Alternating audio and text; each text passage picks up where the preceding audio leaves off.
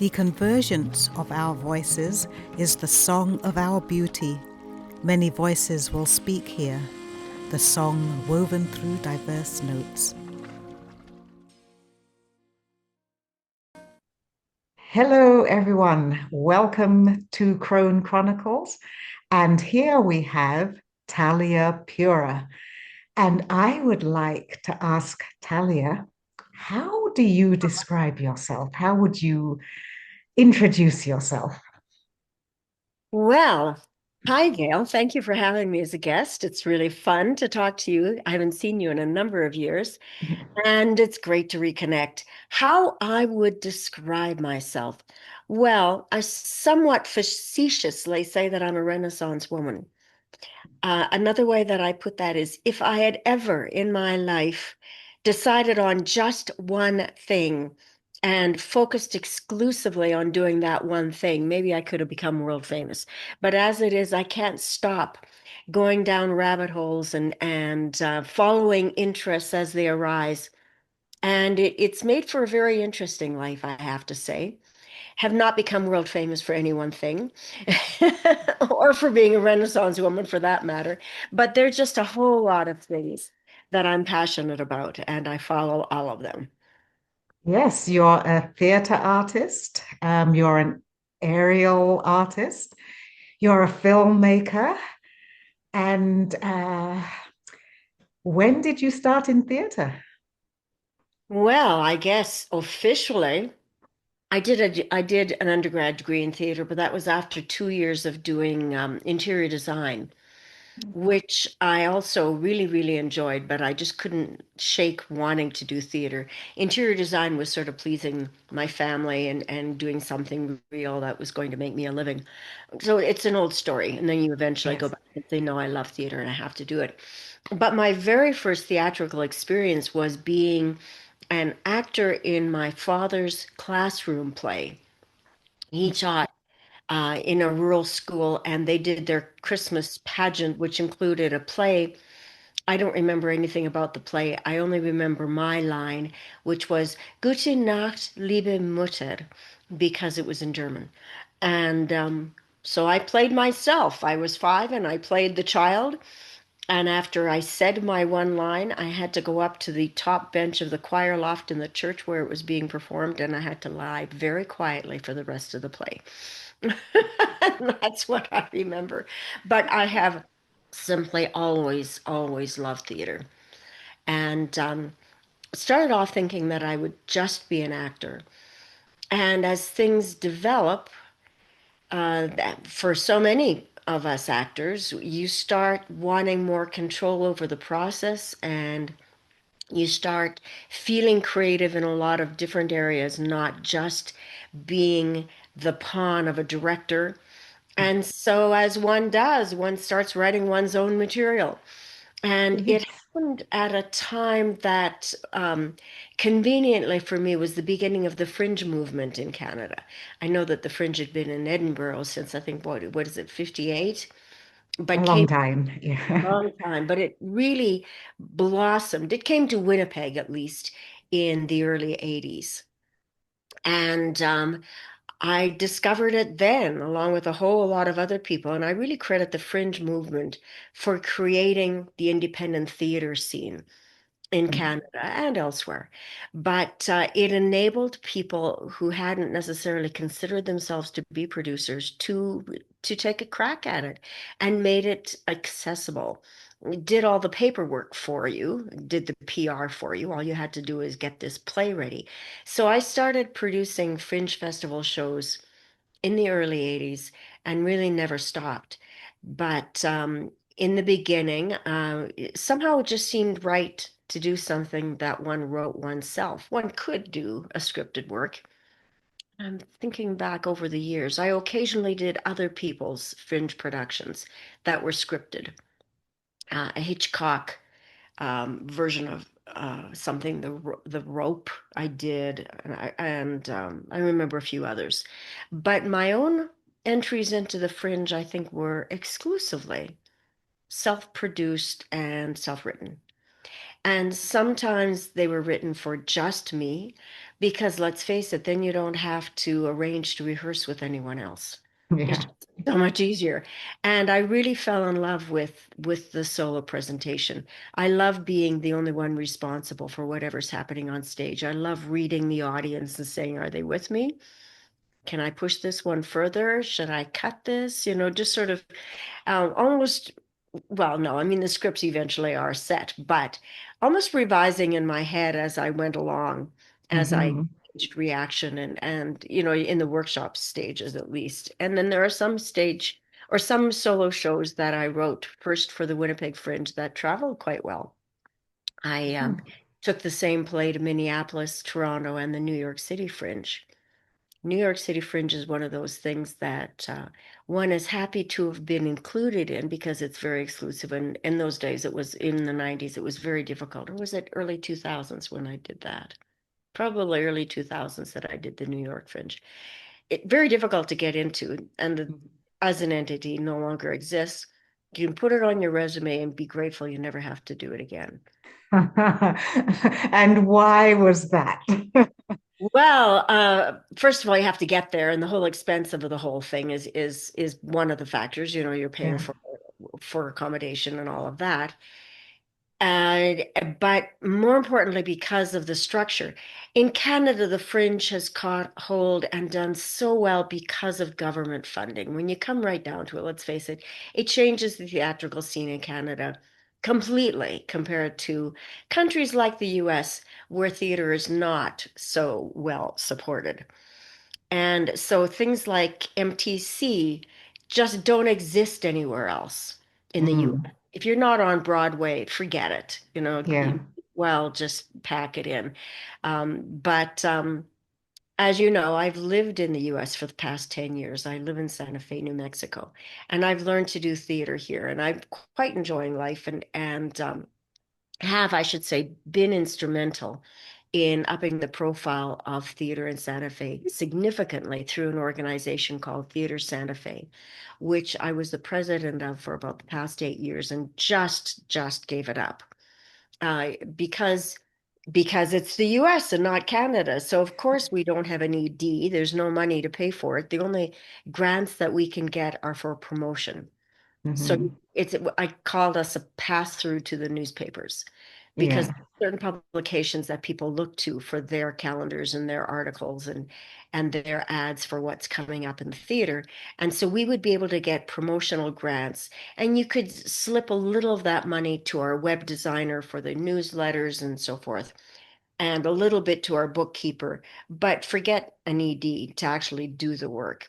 So I Mhm. was the unpaid ED for all Yeah. those. Yeah. So And it what would took be you to different. Santa Fe? Well, I'm getting carried away. Let's back up first onto why it was difficult to produce in New York. That's the biggest thing. Yeah. Um, the Royal Manitoba Theatre Center has a person on staff whose job it is to organize the Fringe Festival. Mm. You don't find that in the US. So when you go to New York to their Fringe Festival, first of all, you're not getting all of the gate because they can't afford that. Mm. It's fine that you're in small theaters in the East End.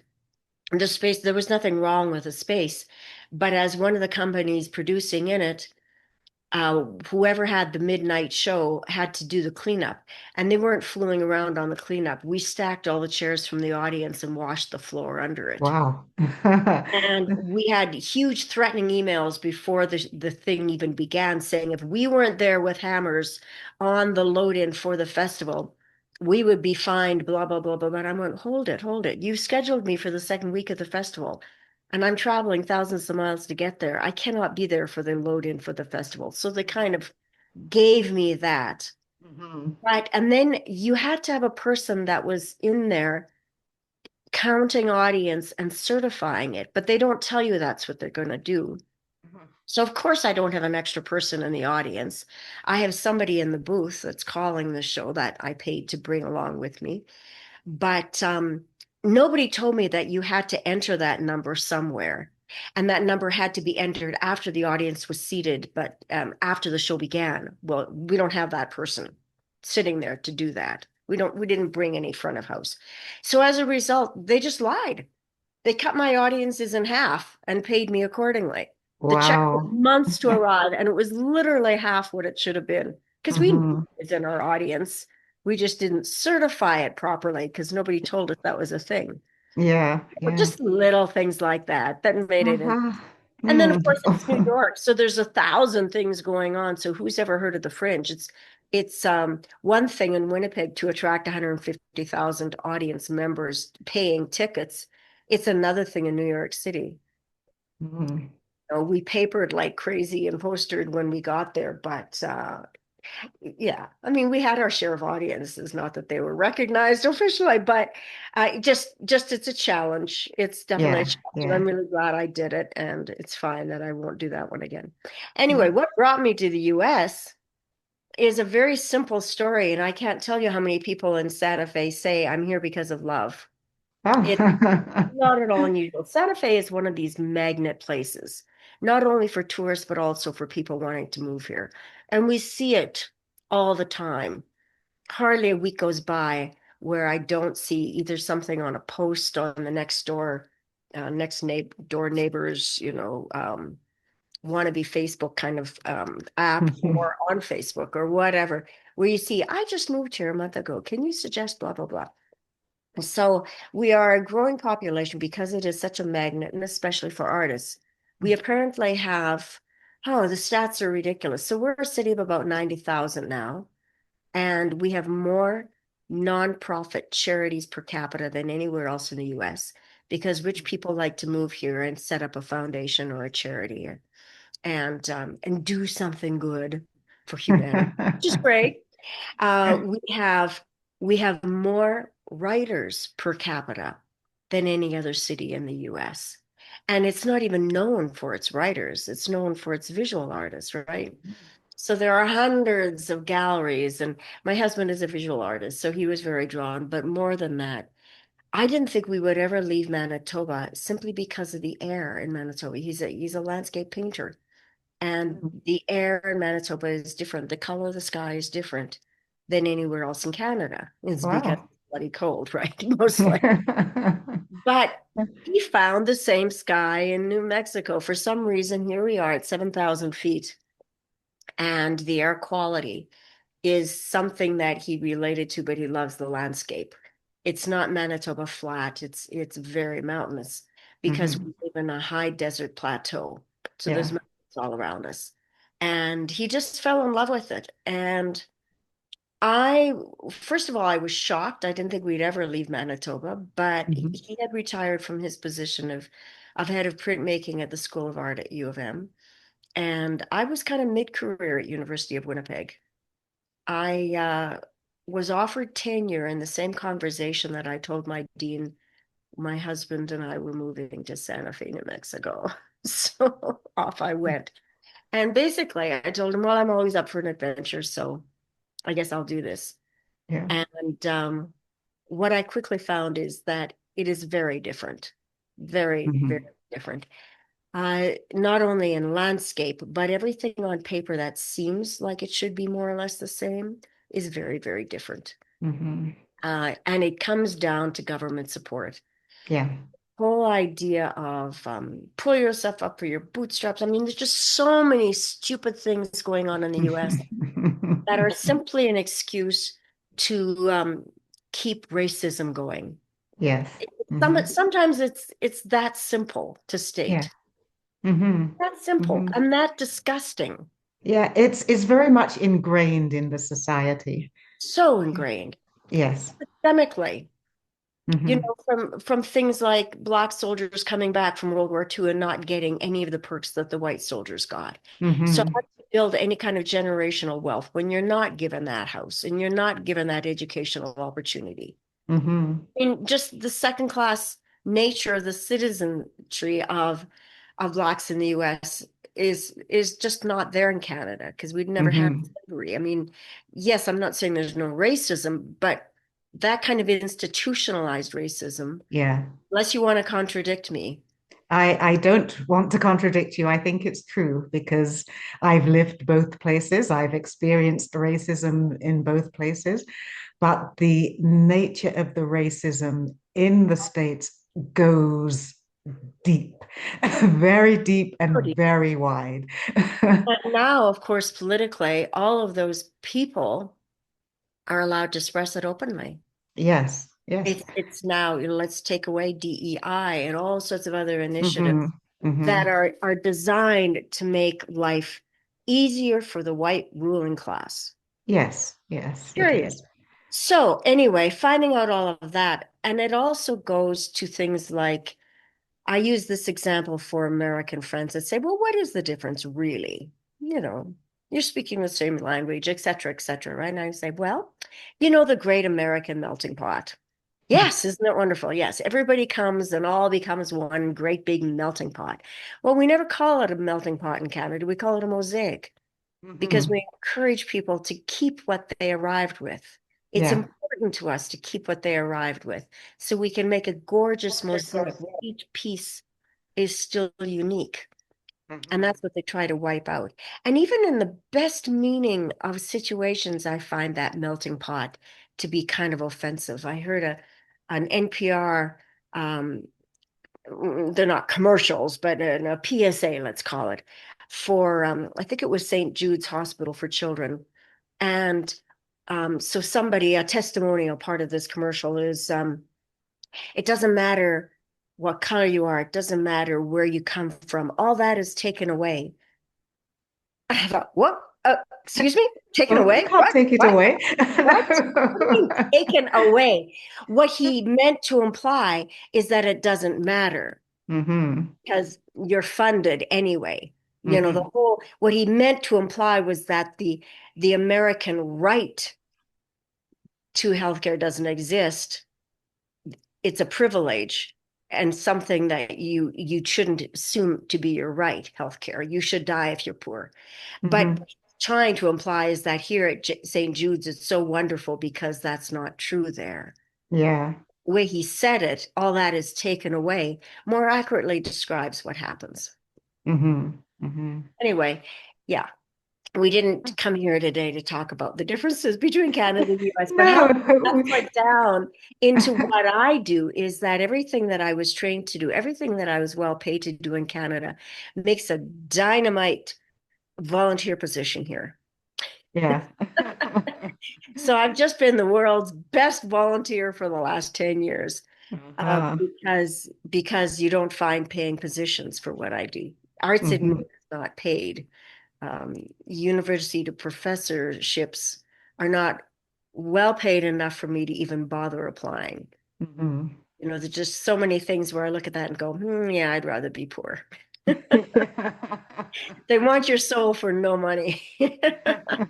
Anyway, what brought us down here? What keeps us here?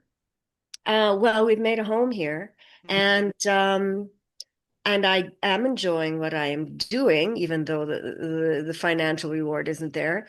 And we like the weather. What can I Yeah. say? It's sad, isn't it? And here I am in my sweater. And Yeah, what can I say? But yeah. we still get seasons. They're just not extreme seasons, and they're very, Yeah. very different. And right what now we are in our 3 season days. Oh, So, this time of year, mid-October, we have spring in the morning, summer in the afternoon, and fall in the evening. yeah. So, it's So pretty you, cool. you change your wardrobe regularly. Yes, you do through the day. Try to Yeah. dress in layers because whatever you put on in the morning thinking you need it, you will regret by afternoon. Yeah. You I like, wanted to ask you, you said you are raising a child again. So I wanted to ask you about that. yes, well, that's one of those things that life throws at you, right? So Hmm. I raised 3 children, and they were definitely growing up by the time we decided to move to Santa Fe. And the one that lived in Winnipeg was at the time stable with a good job. And the other two decided, rather inexplicably, but it's a long story, and we probably don't have time for it, both joined the military. Both of my daughters joined the military, Canadian military. So one is a lieutenant colonel and helicopter pilot stationed in Cold Lake, Alberta, with her jet pilot husband.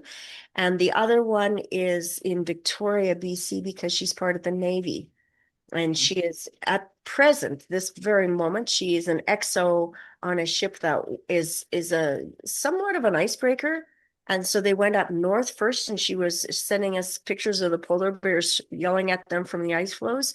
And then they went into the Pacific, and she spent a week in Seoul, Korea. And I don't know exactly where she's at this moment, but the XO means that she's the second in command of the ship. So she is in the Mars program. I don't remember what Mars stands for, but it basically essentially ends up being the captain of a ship. She's a naval officer.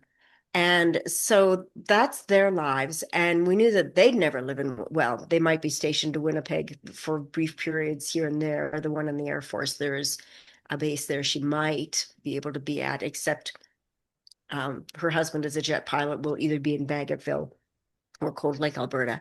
And as he's a Brit who's never learned French but came to Canada fully trained, they will never make him learn French. So he will be in Cold Lake for as long as he's flying. So knowing that my children were not going to live near me, except for that one, uh, my mother being 94 and still doing extraordinarily well and living in Manitoba, it was difficult to leave. And I wouldn't have been able to if I didn't have four really active, wonderful sibs that all live near her. So I very much value and appreciate them. But she's doing fabulously. So whatever. Yeah, I was ready for a new adventure and to lose the winter. So here I am. And I have I feel that I have still developed my theatrical practices, even without the government funding that I used to get when I was going to produce a play and write. Yeah, I've gotten grants to just write a play, and you know how it is. Yes. But none of that exists here. So what I was doing was building and promoting theater in Santa Fe, and we have over 20 producing companies. And some of them resemble what you would see in a typical fringe festival. They're very small, doing their own projects, but there are also some larger ones. And I just finished acting in a show for one of the larger ones that is a 99-cent seat theater, but it is an equity house. And I just did a show for them that's really quite wonderful. It's called The Melodrama. And this was the 103rd melodrama that they produced. Began in 1922 by Mary Austin. It's called the Santa Fe Playhouse. And it's changed locations a couple of times, but that's how old it is, 1922. So this 103rd melodrama, they always set the melodrama to be 100 years before. So this was set in 1925. And I played the madam of the back room. And it's always written by local writers anonymously. So it's written by more than one person and they collaborate. But this year, the only thing that was different is they allowed the writers to meet the actors months before. And so the writers already knew whom they were writing for. So what a delightful difference that was.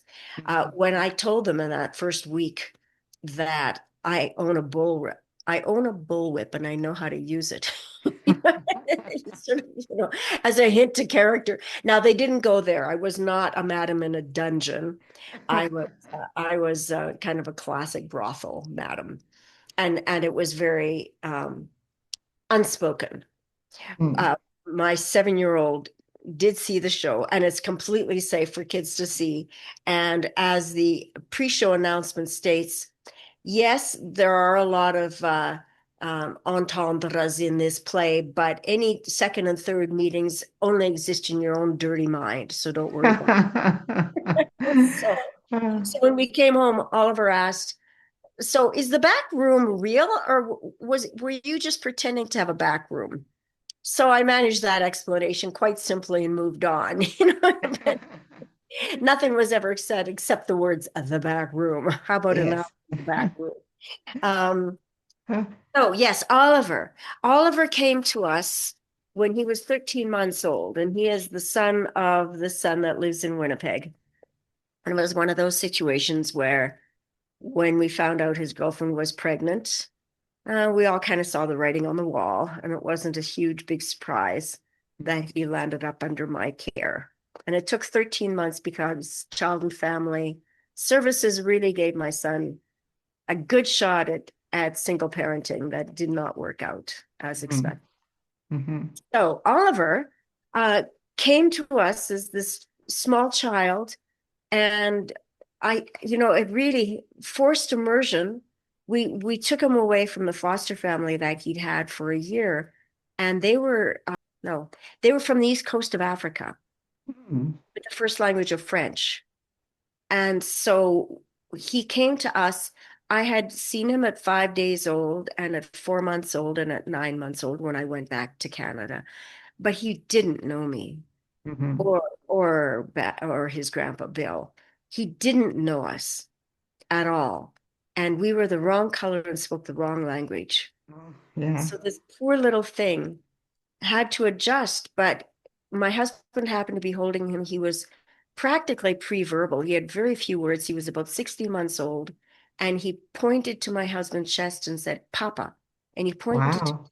Mama. Wow. He literally labeled us. It was kind of our first clue that we had a pretty bright kid on our hands. And Mm-hmm. the pandemic hit when he was 2 years and 16 days old. He had just turned 2. And so he went from being hauled to all of my rehearsals and meetings and whatever I was doing. At that point, I was actually managing physically a physical theater. I was managing a building. And so he was with me and he was busy, and it was hard to keep him on any kind of a sleep schedule. He just sort of rolled with it. But at precisely 2 years old, everything shut down and we were home. And he slept for 12 hours at night and 3 hours in a nap. So he was a real sleeper and a great eater and a great drinker of milk, all of, I think, which contributed to the size of his brain. But in between all of those sleeping hours, what are you going to do? You're at home with a 2-year-old. So, of course, my home became a Montessori for one. And that kid learned to read. By a year and a half, we have a video of him. I gave him an ice cream cone to keep him seated for 2 minutes and had him read sight words. And by then he had a vocabulary of some 60 or 70 sight words, and he understood phonics and he could rhyme words and sound out words at 18 months. Sorry, at 2.5. What am I saying? At 2.5. And it just sort of went from there. So now it's 7. We're very grateful to the school he's in. First of all, it started kind of rough because at 3, he did not do well. We found the only 3-year-old program that was free of charge. They can become very expensive very quickly. So we Yes. found a free program, and it was a terrible fit. I picked him up at 1 o'clock because apparently the other 99 3 and 4-year-olds all slept from 1 o'clock until pickup at 3. Oliver had no intention of sleeping. And they were sending me pictures of him twirling his blanket around, standing on his mat, like I was going to do something about this somehow. He was finished napping. Those 3-hour naps were gone pretty much the day he turned 3. Yeah. And he was ready to go. And at 3, we're reading a book. The Pigeon series is very simple drawings and very funny, and he liked them. And we turn the page. He's seeing this page for the first time in his life, and he read the word stupendous. Wow. You know, totally out of context. He could sound out any word. By 4, I put him in a podcast, and he was outstripping the teens that were in the podcast. I needed one young voice in that particular thing I'd written for somebody. It was a commission for a podcast, and it was a radio drama, basically. And it was serious content. It was about gun violence in the US. So I didn't want any of this to really stick in his brain. So I'd only let him read the script once before we taped. So it was that close to being a cold read for him. And he absolutely outstripped all of the teenagers who'd had the script for a week. Wow. So That's yeah. how well he read, right? So it wasn't, and language too. The other day, I made spaghetti, but I bought a different brand of sauce. And he tasted it and he said, I'm not eating this. I don't like the spaghetti sauce. And I said, well, at least pick out the noodles. And he said, no, I'll taste the residual. So, this has continued. But at 3, life was pretty tough because this program just wasn't offering him anything that he was really engaged with. And so it was kind of a tough experience. And they basically forced me to get him tested by a special learning center because they would have loved to have come up with some kind of a label that made it not their fault that he wasn't cooperating and doing well in their classrooms. And what I found out instead is that, no, he doesn't have ADHD. He's not on the spectrum in any way. He's absolutely fine and well adjusted, but he has an intelligence level of 99.6 right across the board in every area: creativity, mathematics, language, reading, everything. But he was barely 4 when I had him tested. So of course, after 2.5 hours of testing, he wants to jump and run, and he's running around the room while I shout out math equations from the test, and he's shouting back the answers. So not only is he brilliant, but he doesn't even need it visually. He's an audio learner as well. So he spells. You can give him a word and he'll just spell it. He's the kid who's going to win the spelling bee, right? Which was a nightmare for me as a child. And he could do that with math as well. And he's really, really keen on math. Everything that you talk about probably will land up with a mathematical equation. I forgot what we were doing this morning as he's getting ready for school. He multiplied 250 by 8 and gave us the answer in a second. Wow. I don't remember, but it had a practical application. There was something he needed to know. It was the metric tons of water. I think it was measuring how much water is in our hot tub and the weight of it. I think that's what it was. But something is always coming that needs some kind of higher level math. For fun, Bill, my husband, and him will sit down and do a 10th grade algebra problem. Wow, yeah. That's considered fun. So that's the kid. That's the kid that we have to keep one step ahead of. And it has added something immeasurable to our lives. I can't even tell you. We're grateful he goes to school. When I tell people the level he's working at, and they've moved him ahead 1 year, which is nothing. I mean, he's like to do algebra, but they haven't yet touched multiplication.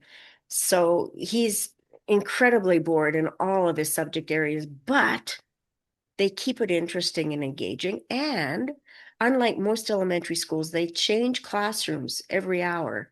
He has a different teacher for math and science than he does for languages, and they have 1 hour of Spanish every day, which he does find to be a challenge, a doable challenge. I think his last grade was 98% on his report card, but nonetheless, he's working at it, so that's good. And then they have a special every day that's taught by a different specialist. So, and then you add in lunch and recesses, and the day just keeps moving. Yeah. So he's fine there. Even though there is really literally nothing they can teach him, but that's okay. He's still having fun. But we have to keep ahead. We have to keep ahead. Because it's not only that, but he's also incredibly sociable, gregarious, will talk to anybody, loves to learn new things, even though he gets super angry right at the top because he doesn't master it. But this is what we're working on. So piano lessons. Usually, I mean, he's taken piano for 2 years now, so it's much better. But in the beginning, it was first practice, and my husband's a composer, and his instrument is piano. So we send him to someone else because he will listen better to a stranger, but my husband will help him practice. And so the first day of practice is screaming fits and throwing things. Second day of practice is sitting down and reading the music through. Third day is memorization. Fourth day is just playing it. Yeah. But So we're that's talking very about quick. 5 minutes of practice, because he was 5 years old. Yeah. Is there something you'd like to talk about that we haven't talked about today? Well, let's talk about what I am doing to stimulate my own mind, never mind my child's. My latest project is writing a one-woman play where I play Mary Sidney, Now, audiences are forgiven for never having heard of Mary Sidney. She was a noble woman at the time of Shakespeare. And I have a friend here who's done a PhD in Shakespeare in London. And she has written a book called The Sweet Swan of Avon. And that is my source for the proof that Mary Sidney wrote the Shakespearean canon. There is no Oh. doubt in my mind that she is the true writer of the Shakespearean canon. Hmm. Uh, Putting it simply and practically, one of her sons was the dude that was in the court of First Elizabeth and James, and it was his job to determine who was allowed to publish. Writing for public theater was denigrating at best for everybody. For a noble woman, unspeakable. Women were really only allowed to publish translations of anything, which Hmm. she did brilliantly and was lauded for it. And she did a few closet dramas that were allowed to be played in front of her friends in her estate. But she was the person who um, who funded Pembroke's men because she married the Count of Pembroke. And so some of her plays that were done by Pembroke's men first would have been her plays. So the Countess of Pembroke, Mary Sidney, would have had all of the experiences that you see in the play, Hmm. in plays that she's written, and things like one of Shakespeare's plays, now I'm forgetting which one it is based, and scholars all agree, it is based on Mary Sidney's brother's poem. Ah. Completely. They all agree, Hmm. and they speculate how he could possibly have seen it. Well, he have. He never would have because it was never published and it very firmly never left the house. Yeah. There are letters that prove that it was never shared, and Hmm. you base a play on it. How did he get access?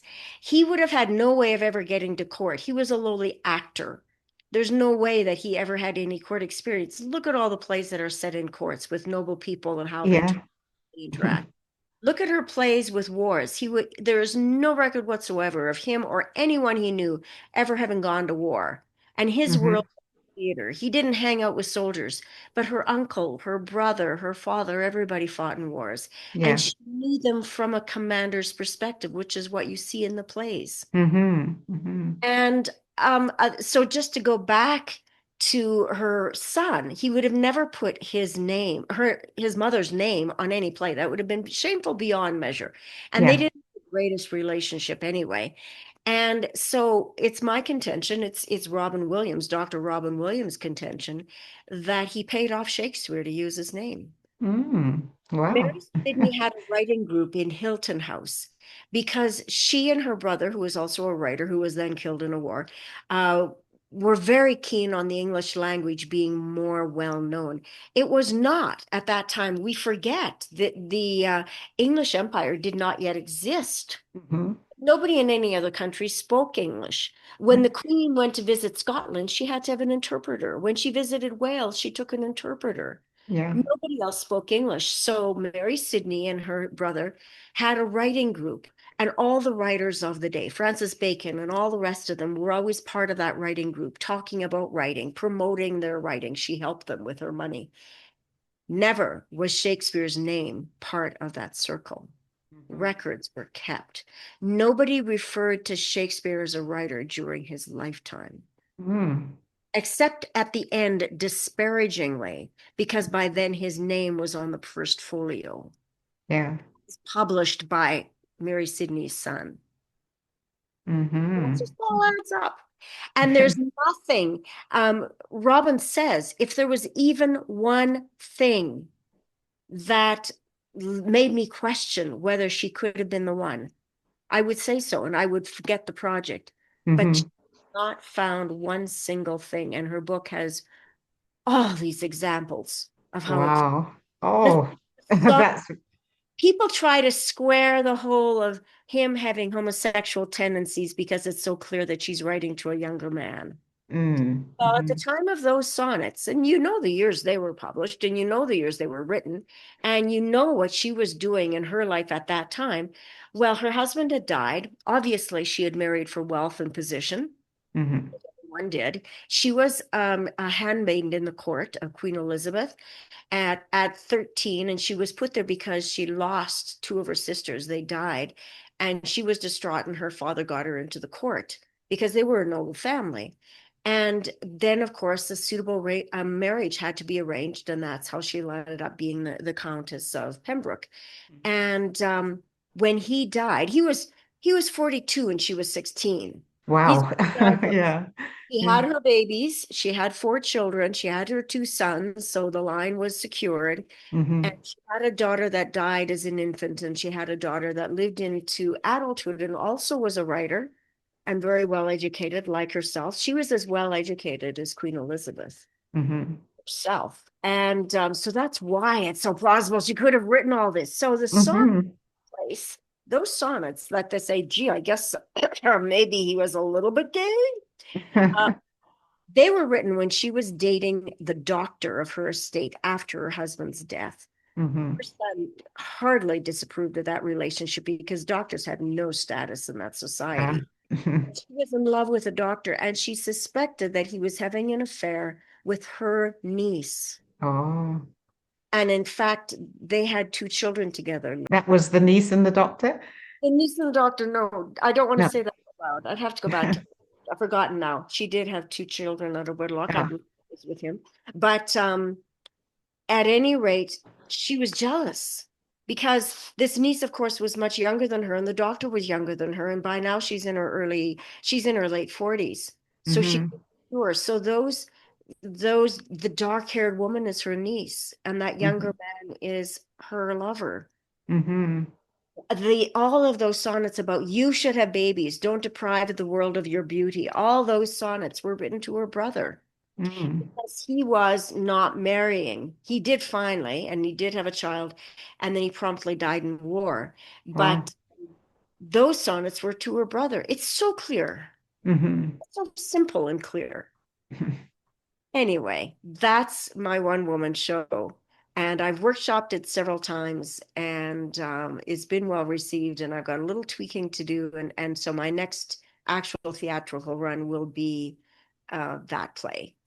And maybe we'll get to see it up in Canada.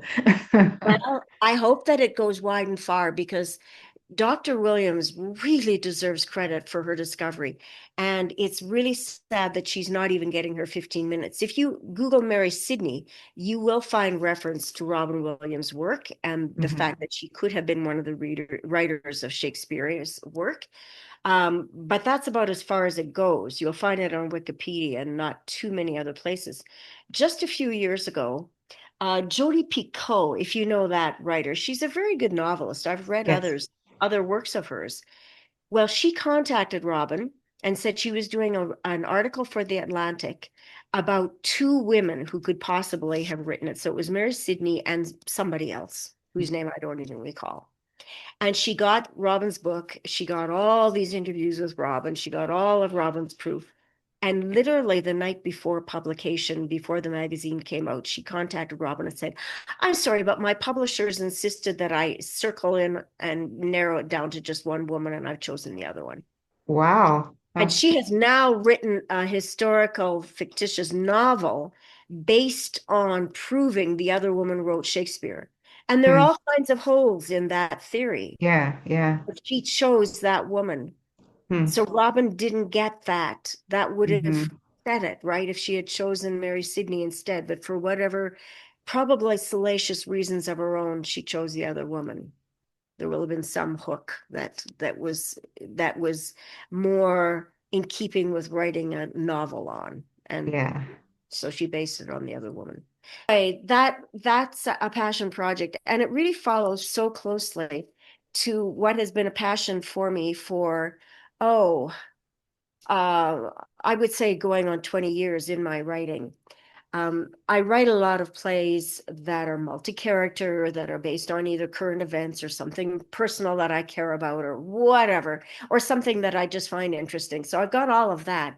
But one of my passions is writing about people who should be famous and are not.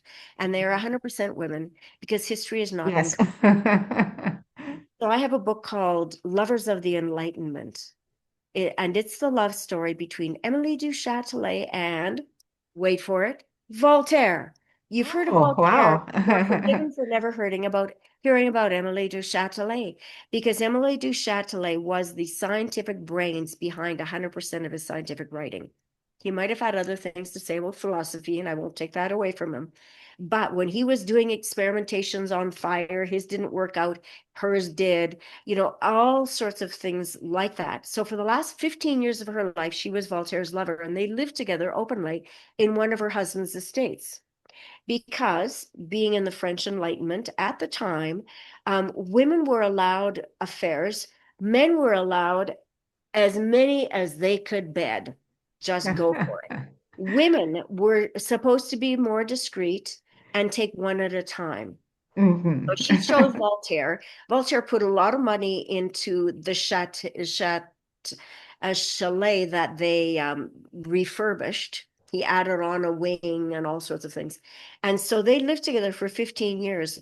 And the reason she died is that she got pregnant with somebody else's child. She took on a younger lover after she was spurned by Voltaire because he fell in love with her young niece. And they actually lived together until Voltaire's death. But meanwhile, she died as a result of childbirth from the other guy's baby, sadly. But when she was pregnant, she saw the writing on the wall. She was in her early 40s, and she was really afraid of dying in childbirth. She had Yeah. already successfully had 4 babies, which was, to her credit in terms of her chances of surviving a 5th birth. But nonetheless, she was terrified. So she worked day and night to complete her translation of Newton. She is to this day the only French translation of Newton's work, and she pushed it further and did experiments that furthered his ideas and his theories. And within 2 generations of her death, the work was attributed to her students, to the students of the work, because it was used as a textbook. And Voltaire, to his credit, did make sure it got published. She had a publisher already that she was working with, but he made sure that project went to completion after her death. But very soon after Voltaire's death, nobody knew that Emilie du Chatelet wrote it. And it's been rediscovered in the last 50 years or so. But what I find so interesting in the biographies of women from the past is that their biographer will write from his perspective, and it's usually a dude, Yes. writing from his perspective of the time that he is alive. So when you have a biography of her written in the 1950s, Oh. he is writing like a typical 1950s chauvinistic, misogynistic little, I won't use the bad words.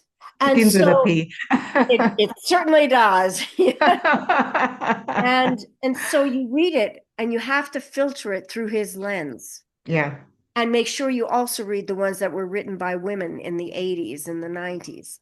And then you start getting a full picture of who this woman was. And they're all using the same source material because, of course, in those days, people wrote a lot of letters. Yeah. Voltaire and her exchanged many, many, many letters because Voltaire certainly had a gay side because he grew up when young men were sent to the courts of important people of learning, and if they were gay, they took advantage of their young proteges, and that was expected. It was expected that a young boy is going to have his first sexual experiences at the hands of an older man.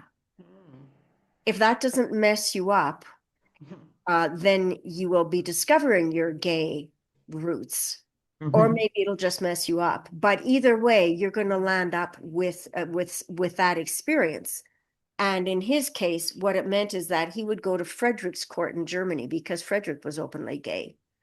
And he would have a lot of fun there, which rather upset Emilie. And so there was that dynamic in their relationship as well. But as a result, they wrote a lot of letters because they weren't always together. And so piecing together all the information of their letters makes all of her work very clear. And there's no question that she wrote those works. And so I've got a full-length play with 6 characters that outlines her life in the last 15 years up to her death. And so it's a passion of mine to do that. And I've got Yeah. other one-woman plays like Mata Hari, because everybody sees her as this femme fatale spy of the First World War. Well, she wasn't a spy, but she let that kind of get out there because she found it exotic, because her whole professional life was a lie. She was stationed with her then husband, she's Dutch, and she was stationed in Indonesia with her Dutch husband because, of course, parts of Indonesia were were British, yes, but were Dutch colonies, Yeah. and so that's how she learned about exotic um, dancing and sort of some of the customs of that place that she then brought back. And when she went to Paris in 1905 and became the toast of the town as an exotic East Indian dancer, that was all a lie, but she could pull it off because Yeah. Dutch are two different races, really, right? There's some that look very swarthy and dark and Mediterranean and shorter, and some that are very, very tall and Nordic. So she was of the former. And so she got away with it. And when First World War broke out, I mean, she had already created lovers in all the top echelons of government, and then she expanded to the military. And so she was in a position to share pillow talk, but that doesn't mean she really was a spy. But Yeah. she was executed at a time when France really needed a boost in the, Hmm. and so executing a spy, especially somebody of her renown, played well to the general public. Yeah. Mm. Yeah, so I've got a play on her. That's a one-woman play. And have you ever heard of Harriet Boss? No, I haven't. Again, you are forgiven. I'll bet you've heard of her husband, Strindberg. And she was actually a famous actress at the time, and she played in his works, which is why he fell in love with her and married her. But by then, he was absolutely bonkers. He was absolutely certifiable. During their marriage, he kept a diary about the demon describing her, but he was obsessed with her and controlled her and gaslighted her and Mm. isolated her, all the classics. So that Yes. happened way back then. But I've done a play as her because she played in all of these works of his. So the work is interspersed with those works and then reading from his diary entries because she eventually found his diary after his death and found out what he had written about her.